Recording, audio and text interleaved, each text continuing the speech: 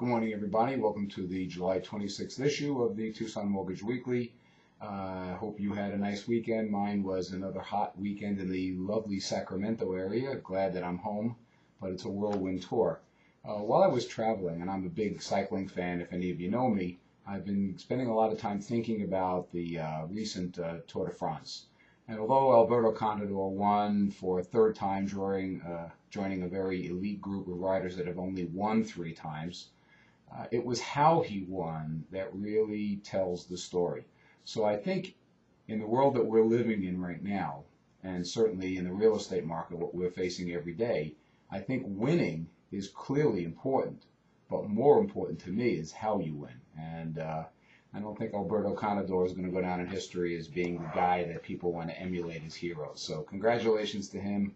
Hopefully someone else will step up and take over. I don't know what I'm going to do now that the Tour de France is over, but to find something else. All right, what's going on in the news? Last week, actually it was a really emotional week. Fed Chairman Bernanke got up and testified in front of both the Senate and House banking committees and pretty much said, and you can summarize it as, the economy or the economic outlook is unusually uncertain. And those were words that kind of sort of spooked the markets.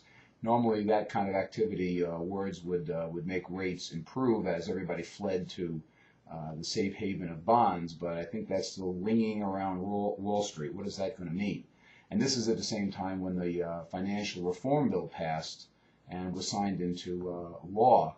And from a mortgage point of view, I can tell you that it is not going to be good for consumers in the big picture. Sure, there's going to be some improvements in consumer protection. Clearly, that's a good thing.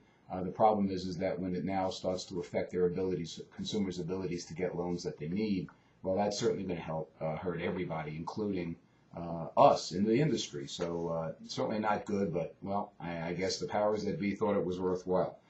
What's going on today? Right now, the new home sales report came out, and interestingly enough, sales were up year over year 23%. New home sales nationally are down to 7.6 months.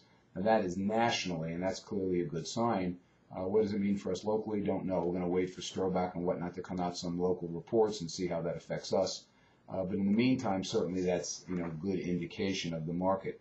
What's going on this week? Several reports are coming out later in the week that are going to have impact, but right now, I think the most important point we have to keep track of is the feds are auctioning off $104 billion. I still have trouble with that. $104 billion of Treasury bills and notes starting Tuesday. And we need to see if there's going to be buyers stepping up to the table, because that's what's ultimately going to keep rates low.